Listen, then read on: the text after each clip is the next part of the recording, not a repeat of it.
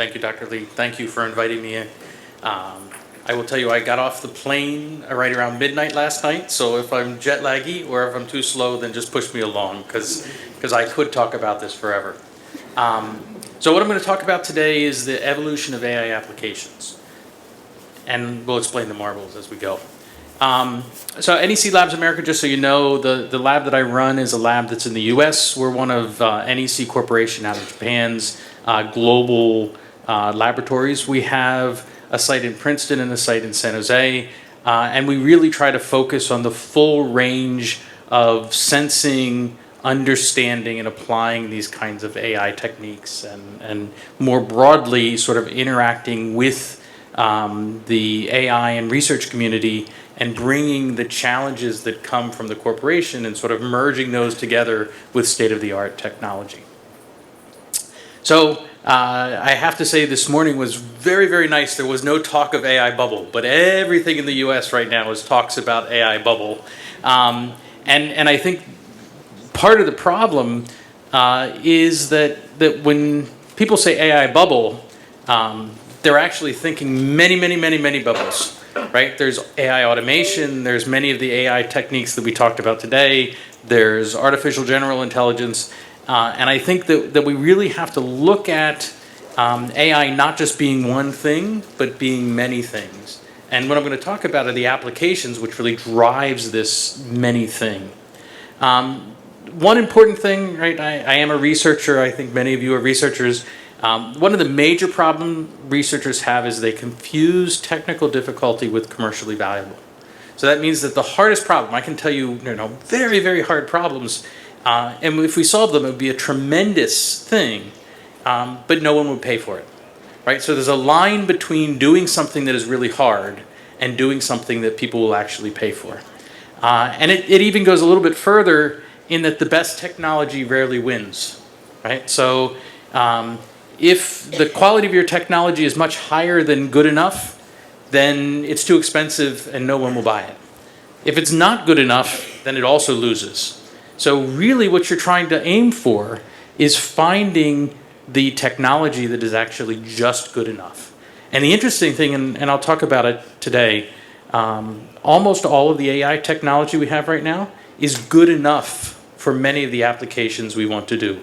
We don't need to have a super intelligence that can solve every problem in the world. The intelligence that we have right now, when applied correctly, actually solves an enormous number of problems. And therefore the AI bubble, maybe pieces will sort of blow up over time, but many of those applications will actually continue. And that's why this is really a big revolution and not just something that's going to be changing quickly. The other thing that's important to look at in this space is that if we look at the number of applications that we have, you will find that a small number of applications is where all of the commercial value is. So, from this morning, I now know for sure where Foxconn is focusing is those applications which are most valuable. But many of the other sort of bubble AI are focusing on solving all of these. And you don't really want to focus a lot of energy on solving problems that nobody cares about. So I think this is another area looking at this AI applications. We don't want to solve AI systems that can solve all problems. The AI systems that can solve the 20% of problems that are valuable is going to be where we're going to actually make the most impact. So what I'm going to talk about today are three different areas of applications. One is knowing, right? So think about that as book learning, right? Things that you can get from books, things that you can train. One is about doing. So a blacksmith, a person who actually makes something. And then the last one is being able to sort of predict what's going to happen next, right? Think about a doctor looking at and analyzing a radiologist report to know what medication you should get or what treatment you should receive. And the interesting thing is we can actually break that down into three different kinds of intelligence, right? There's knowing intelligence, there's doing intelligence, and there's predicting intelligence. And if we look at it through this framing, knowing intelligence, this is all the data that we've gathered in the internet, right? And almost all the models that we've been building are actually knowing intelligence. But if we think about doing intelligence, The only things we really have there are computer programs. Right? It was discussed a little bit this morning that we don't have enough data to train robots in the way that we've trained things before. And if we look at predicting intelligence, we have almost nothing. Right? We have science. Right? Science was always about trying to predict what was going to happen next, but that's not data. So it's not quite the way that typical machine learning works. And so just looking at this, you can see why AI is not going to be a bubble, because we've really only focused on 1/3 of the intelligence. And we have 2/3 that actually sort of are the majority of what we do as humans, as companies. And therefore, I think looking at the applications in this way of viewing things is critically important. So as I promised, we're going to get back to the marbles. And this is talking a little bit about to know. So I want you to look at the screen, and I want you to actually pick a favorite marble. Okay. Does anybody have a favorite marble? I want you to tell me one word that describes the marble to see if I can guess it. Anybody have a word? Colorful. Colorful? Okay. So that narrows it down not too much. Can I have another word that brings it down a little bit more? Shiny. Shiny? Well, I was trying to get one marble, but so... Another word? Blue. Blue. So notice, if somebody said yellow, I would know their marble immediately, right? If somebody said white, it would be a little bit harder. Blue, really hard, right? So the idea is that if you want to try and pick something out from this, the amount of information you have to tell me, the number of questions to answer, changes based upon what marble you've picked and how many marbles are there. So if I go one further, and we did the same game here, it would take you longer to pick your best marble, and it would take me longer to actually ask enough questions in order to figure out what your marble is. And what this is really something that's called entropy, right? So many of you probably know information theory. Claude Shannon in 1945 really sort of put the whole communications on a trajectory for, you know, the internet bubble and everything else that we built out of that. But the idea here is that the smaller set of marbles has about 5 bits of entropy, and the larger has about 8 bits of entropy, right? And that's the sort of information content. And again, this is rough. We can have lots of conversations about, you know, what the detailed entropy is. But when we start thinking about these sort of generative AI models, if I have a situation where I'm going from a query to a response that has about the same entropy, that works really well, right? Asking these models to translate from one representation to another, that is very, very easy. Summarization also, right? Large amount of information to small amount of information. These systems do a good job because they're just picking the information that we want to see. But here's where we run into some trouble, right? If the information you're giving it in your query is less than the information that you're getting in the response, you have to ask yourself, where did the extra marbles come from? Right? So there's more information in the output than there was in the input. Now, if you look at it and you say, wow, these marbles are great, then you say, this is so creative, these systems are so smart, they can solve every problem. If you think we have too many yellow marbles now, you say, oh, it's biased. It's got a bias and we have to figure that out. If you don't like the marbles at all, you say it's a hallucination. So the important thing from these slides in this knowledge piece is the generative AI that we've been creating really is about manipulating information, really is about manipulating entropy. And that means that when you actually see an application using this, you have to make sure that you're looking for where the extra marbles are coming from. Where is the extra information that comes into the system? And the other thing that is a little bit more dangerous is hallucinations can't be removed. They're based on what you're asking it to do. The hallucination is really a part of saying I'm going from lower information to higher information. You have to fill that information in from somewhere. So let's move to sort of the next area, which I think is sort of untapped. So if we look here, you know, this gentleman is working in a factory. He didn't learn how to do this job by reading a book, right? So it's not something that's been written down well. In fact, to be an expert like this, you might need something like 10,000 hours of time in order to actually understand that. And that knowledge is knowledge that's actually in his head. So there's a very interesting theory from many, many years ago indicating the idea of tacit knowledge and explicit knowledge. Explicit knowledge is the knowledge that's written down. It's books, it's things like that. Tacit knowledge is the knowledge that's inside people's heads. And a normal company actually translates tacit knowledge into explicit knowledge, and it goes through this cycle, right? So sometimes things in people's heads are written down into books. Those books can be combined into an explicit knowledge of that area. But you can also then have a person read the book or have people work together to train. So what are we doing now with respect to AI? Well, this bottom corner, we're doing a great job, right? Translating explicit knowledge into AI knowledge, that's great, right? That's training, right? That's big training centers. And then going from explicit to AI, that's generation, right? That's the key thing that we're doing with these models.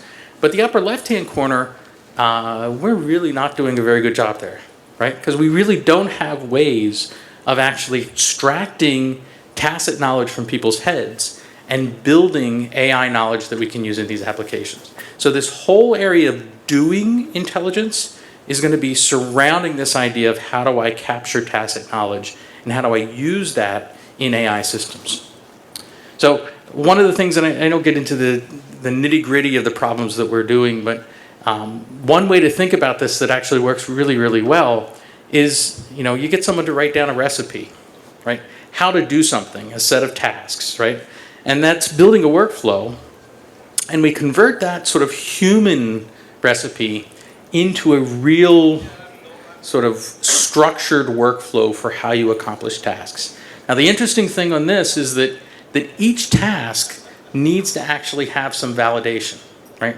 Large language models and most of the systems we work on right now, we have a real problem that if you ask them the same question twice, you might get two different answers, right? It's a little bit related to the entropy, but the idea then is that you always have to check, right? So you always have to check those systems. So we end up with this sort of new model that allows us to accomplish tasks by essentially dividing a complex task into smaller tasks. And what that looks like, this is a chocolate chip cookie recipe. How do you make a chocolate chip cookie? And it ends up being something like a YAML routine or some way of specifying that. And really what we're doing is we're now treating the large language model as a processor, right? So we're not really, doing anything special. We're doing the same thing that we did when we started programming computers 30 or 40 years ago, right? And right now we might have sort of 486 LLMs, but the reality is this workflow is independent of the quality of the LLM that we're actually doing. And therefore, this workflow can actually stand the test of time. So that whole bubble thing, right? Knowing what the level of LLM you need, building the workflow that allows you to solve that way, if the world comes up with a new LLM or all these technologies advance, it will just help. It won't change. So the idea of what are the things that we can build now that will actually stand the test of time as these models change, right? We did it with computers. It really was this sort of programmatic way of thinking. And I think if we start thinking about these large language models as really a processor, it becomes a very interesting way to think about the solutions in the future. So we talked about knowing, we talked about doing, now let's talk about predicting, right? So we know from nature, right? I think if I asked any of you what's going to happen next, I think you would know what's going to happen next. Unfortunately, if we asked a large language model, it may or may not get it, right? And that's because the ability to understand what the next step is requires that you have a model of the world and how that world actually evolves. Now, to predict is kind of hard, but the idea is to anticipate, to control, or to adapt, right? That these AI systems need to actually understand they're sitting inside a contextual system where they have to change over time. So we're doing, in my introduction, you mentioned a little bit of the work that we're doing in targeted cancer vaccines, right? So it's a very interesting space. I've argued with my team that what they're doing can't possibly work because the amount of physics that they're using is kind of small. And I, fundamentally want to think that you need to know physics in order to actually solve a system like this. But the reality is, what large language models and most of these AI systems do is they find relationships between degrees of freedom that allow you to actually treat a very large number of degrees of freedom as a very small number of degrees of freedom. And that's a very interesting way to think about how we're actually starting to solve these systems. But we're running into plateaus here where we're not able to go to the next level. And that means that we actually have to have a better understanding of the physical changes or the evolutions of these kinds of systems.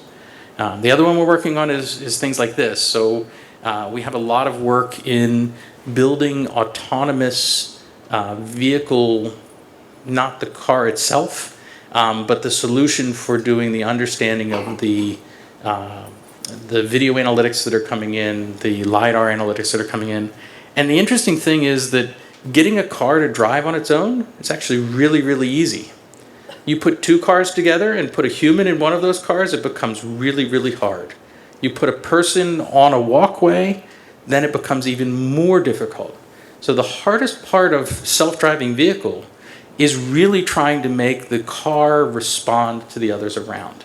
And that means it needs to predict the behaviors of everything else that's going on the road, and therefore it falls into this sort of predicting intelligence. So what we really need is this idea of how do we actually build a world model, right? Know what's going on at any moment, but also really sort of move to what's a universal model, because it has to have a knowledge of physics as well, right? People can only move across sort of walkway at the speed that a human can walk, and cars can move at different speeds, and how we understand physics coming into this is also very important. So where we're getting to is something that, again, has been talked about for a long time, especially sort of the sort of 5G transition. There was a lot of discussion of real time. And the idea here is that we all live in the real world in real time. We now have the ability to actually connect to a digital representation of the real world in real time. And I don't necessarily mean digital twins. Right? Digital twin sort of implies that I have a model of everything that's going to work. It's very, very hard to build. But just awareness of what's going on in the world is a critical thing. And the ability to actually connect the real world and the digital world is one that is critical for this next level of predicting intelligence. And it looks like something like this that I think we've all sort of seen in various ways. Right? We have the real world where we sense what's going on. What we sense, we then turn into a set of features where we perceive things that have repeated over time.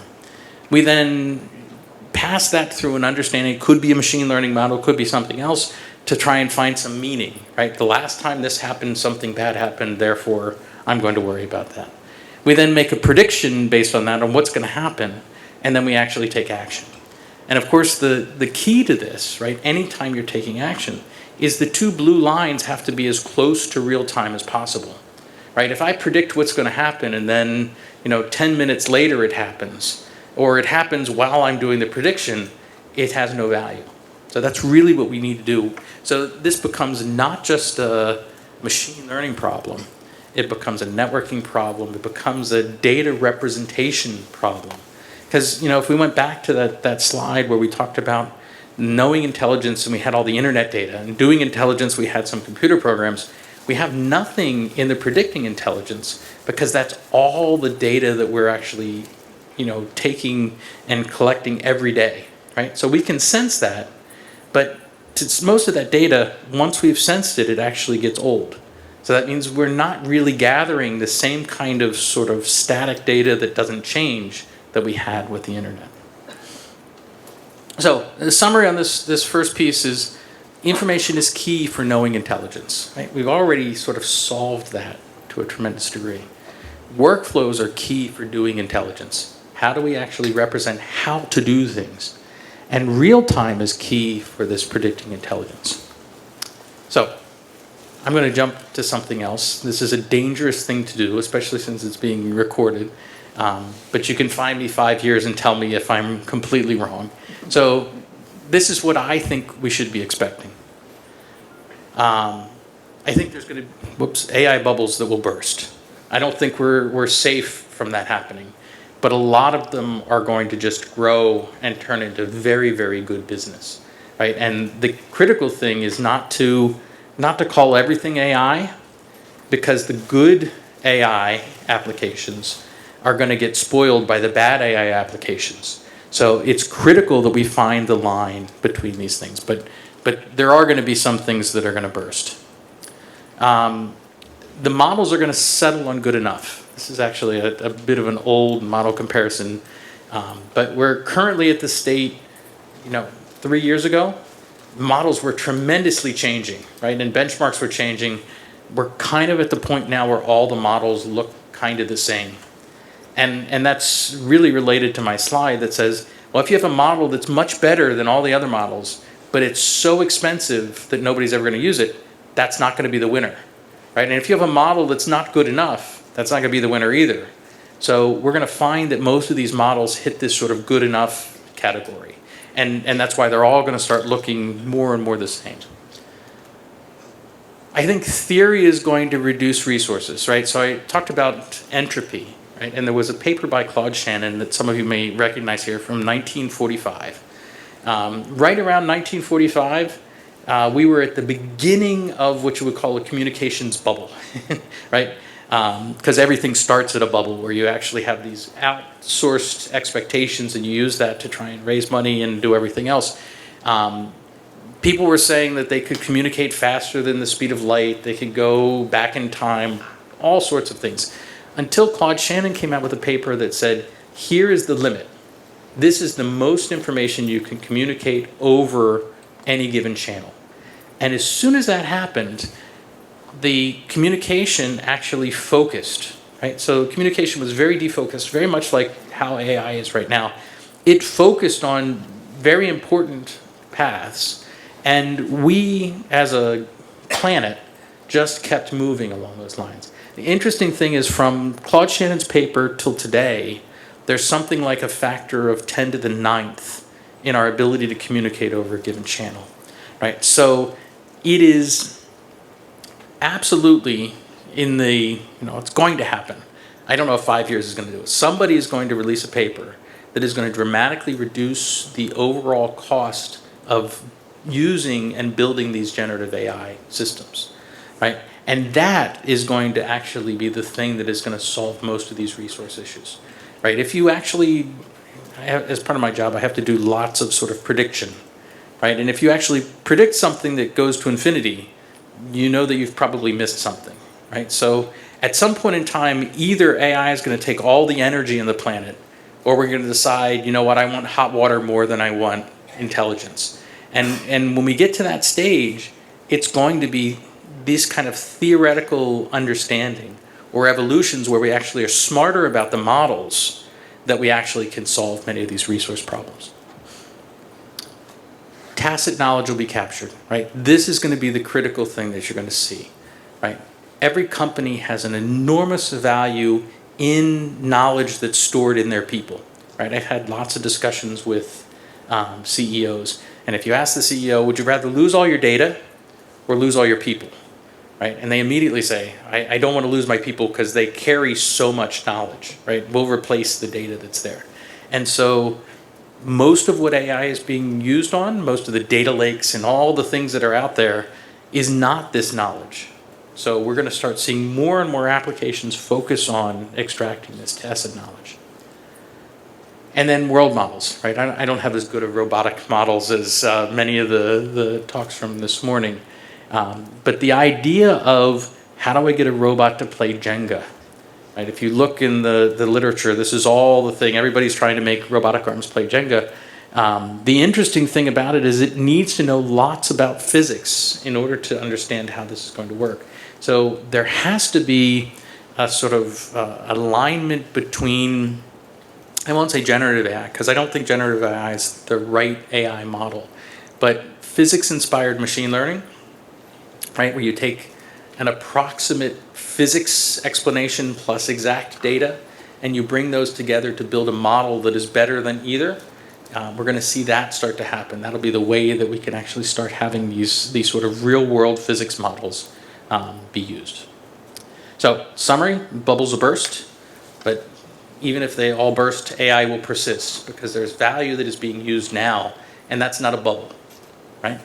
The models will converge on good enough, so you're going to see all of these things being driven by the real-world applications rather than an expectation that if I solve an impossibly hard problem, I'm going to make an enormous amount of money.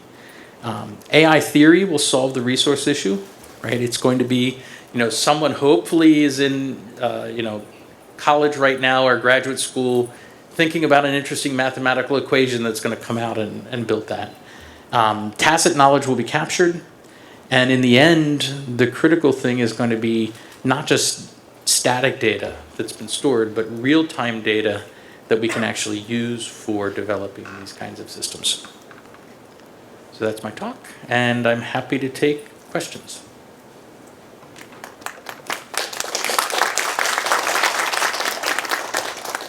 Thank you, Dr. White, for your insightful presentation. So now we'll open the floor to the questions. Do you have any questions? Yeah, thanks for the wonderful talk. So can you comment a little bit on the recent development on physics-informed machine learning?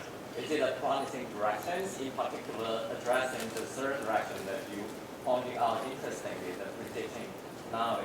Thanks. Yes. So I think it is one of the things that's happening a bit in the background, and it's not getting a lot of publicity, right? So I know a lot of the physicists, right, and the chemists are working on many of these kinds of models now.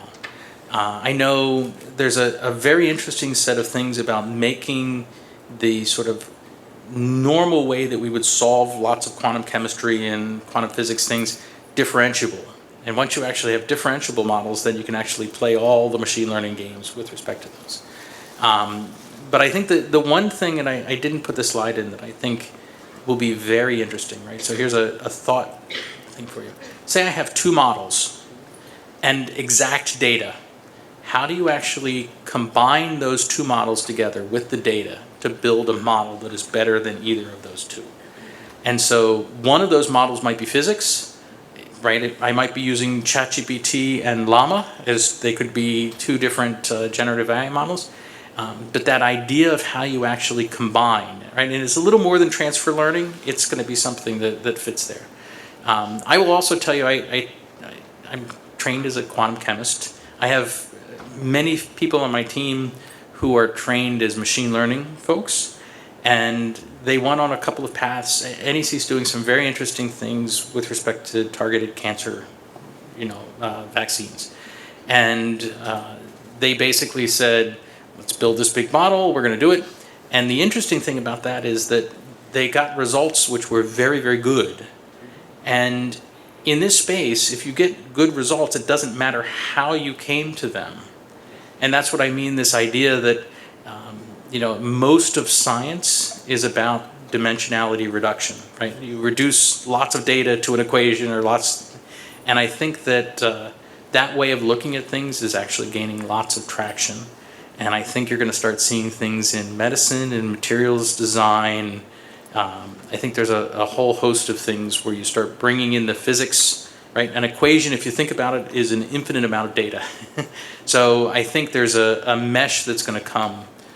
And I think much of the groundwork is already being laid.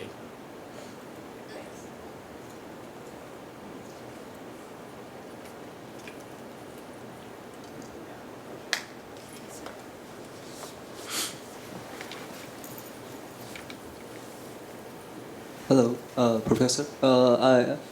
My question is on maybe computing power and maybe computing mechanism. For example, NVIDIA is introducing this FP4 format of computing, floating point 4. Mm-hmm. And I mean, if we think about FP4 is really near the limit because it's like FP2 is like just 1 and 0, right? So what I mean is that if we don't see this kind of incremental computing power increase, on a silicon level, then how are we going to scale? Is it using maybe larger and larger clusters? Is like maybe 1 million card GPUs connect together to get this kind of computing power? And what do we think about this computing power like outlook on a maybe silicon or hardware level? Okay, so I'm going to give you my biased thought about this. The fact that we could go from FP32 to FP16 to FP8 to FP4 is direct evidence that these models are not very efficient representations of information, right? That we've somehow gone from the quick training and we settle it down so we have a lower bit representation. I believe that we're going to find that we are actually able to reduce these models significantly by understanding the relationships inside. Rather than, it might be a transformer, it might be someone who comes up with a way of doing linear attention, right? So we get rid of the quadratic step that makes it much, much smaller. Or it might be another kind of model that actually is much more efficient at representing information. So I think it is very dangerous, although I might not be able to get back in the US or even out of the building. It's very dangerous to propose that building infinite clusters is the right solution, because we know that there's going to be a point at which that's going to be an impossible way of solving things. So if we look at, all of history, the sort of advances come when we understand a topic well enough, then we can actually compress the representations that we're using, right? From the way we transmit images and video and all that kind of stuff. So I think that what we're going to find is a paper that's very much like Claude Shannon's paper that actually talks about what the fundamental limits of representation are. And we're going to find representations that are actually much more compact than what we have right now. And I think that's going to remove the requirements for enormous data centers.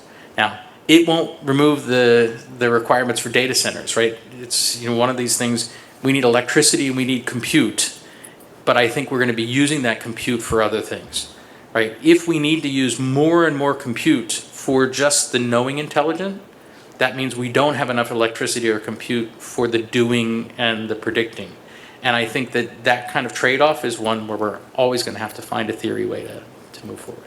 Does that help, I think? Or, yeah, I mean, I always get into these arguments with my team that are more fundamental machine learning. And I say, okay, if I take your model and I just start snipping or removing weights, how many weights do I have to remove until it basically doesn't produce any intelligence or not? And they can't really answer that question. And that's because we don't really have a good way of understanding formally the information that's coming out and how that's related to the information that was used for training. And that's why, if you look at that set of benchmarks, right, all those benchmarks are built on applications that are kind of designed for building this kind of benchmark, right? Human level tasks. But there really should be a theoretical limit, right? I'm older than many of you, but when compression first started, there were lots of compression methods that compressed things, but they weren't very good until we really sort of understood all the theory, and we basically have theoretically, close to that bound now. We're going to have the same bound. It's 10 or 15 years away, and you'll see that will happen. Companies are still going to need GPUs. I think if you look at the bubble, I don't think the bubble is going to be in computing usage. It's going to be in the hype that is being applied to directing where it's going to go. Right? We have lots of problems we still need to solve, but we have to make sure we're using the compute for the problems that are most important. Thank you. Anything else?